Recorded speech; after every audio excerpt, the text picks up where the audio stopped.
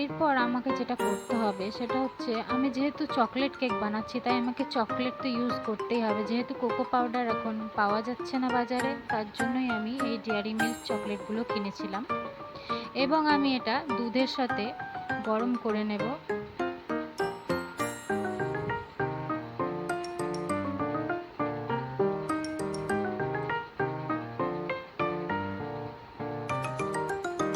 চকলেটগুলোকে আমি ভেঙে দুধের মধ্যে দিয়ে দিয়েছি। এরপর আমি এটাকে মিক্স করে নিলাম, গলিয়ে নিয়েছি। তো এভাবে আমাদের রেডি হয়ে গেছে। এরপর আমি এটাকে মিশ্রণটাকে রেডি করছি।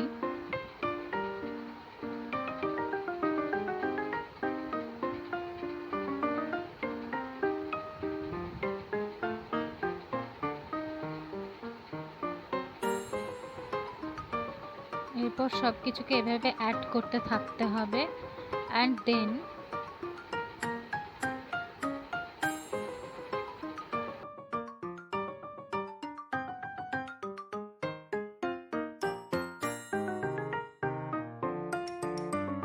এবং আমি এই মিশ্রণটিকে ততক্ষণ মিক্স করতে থাকবো যতক্ষণ না এটা কেক তৈরি করার মতো লেয়ারে না আসছে। তো আমি এভাবে মিক্স করে নিয়েছি। জানি ভিডিওটা একটু বড় হয়ে যাচ্ছে আপনার। তো আমার এই মিক্সিংটা পুরোপুরি মিক্স হয়ে গেছে। তাই এবার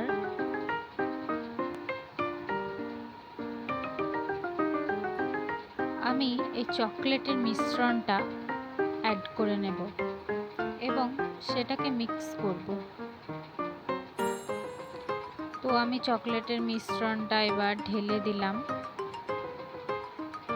অ্যান্ড দেন এবার আমি এটাকে মিক্স করব। আর চকলেট মিক্সিংয়ের আগে আপনারা প্লিজ ধ্যান দিয়ে দেখবেন যাতে আপনাদের চিনিটা মানে কেকের মিশ্রণের সাথে মিশে যায় পুরোপুরি। তারপরেই কিন্তু আপনারা এই চকলেটের মিশ্রণটা অ্যাড করবেন।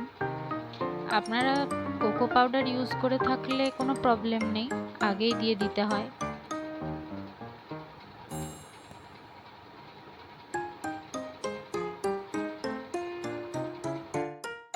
তো আমার এবার চকলেটের মিশ্রণটা পুরোপুরি মিক্স হয়ে গেছে আর আমার কেকের লেয়ারটা ঠিক এরকম এসেছে।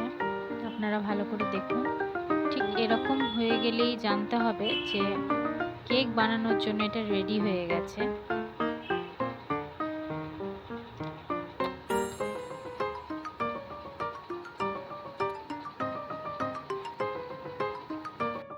আপনারাও আপনাদের বাড়িতে এইরকম কেক বানানোর ট্রাই করুন অ্যান্ড দেন কেমন হয়েছে সেটা অবশ্যই কমেন্টে জানান।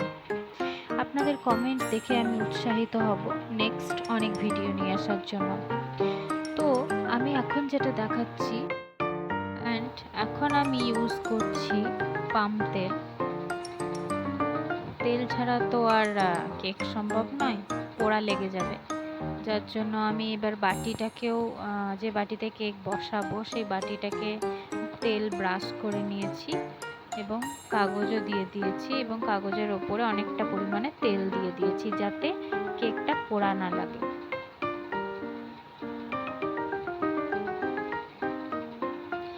এবার আমি কেকের মিশ্রণটা আস্তে আস্তে বাটিতে ঢেলে নেব।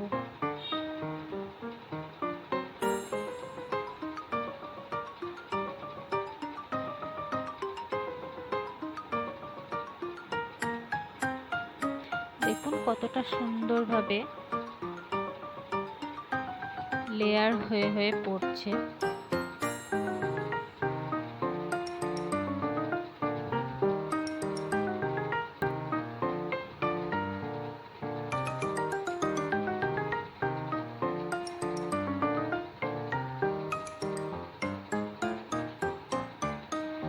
তো আমি এবার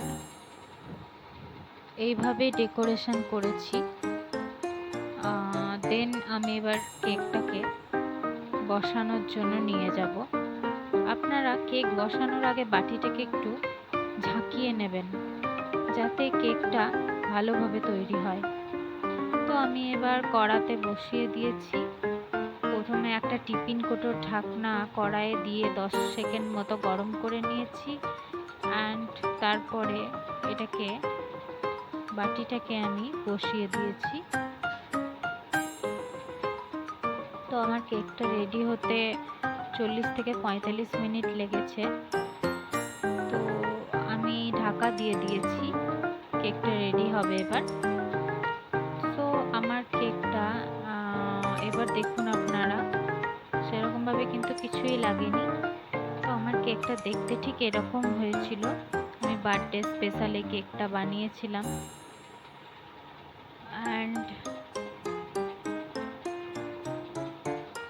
কেকটা খুবই সফট হয়েছিল।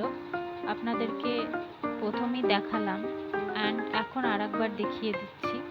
তো আপনারা নিজের চোখে দেখে নিন কতটা সফট হয়েছে কেকটা। আমি এখানে ডেকোরেশনের জন্য ইউজ করেছিলাম আমন্ড অ্যান্ড কিশমিশ। আমি সবসময় ট্রাই করি যাতে বাড়িতেই কেক বানিয়ে সকলকে খাওয়ানো যায়। বাইরের কেকে খুব একটা স্বাস্থ্যকর তো নয়, সেই জন্য। তো আপনারাও ট্রাই করুন বাড়িতে বানিয়ে বাচ্চাদের বা বড়দের খাওয়ানোর জন্য। চ্যানেলে নতুন হলে অবশ্যই সাবস্ক্রাইব করে পাশে থাকবেন।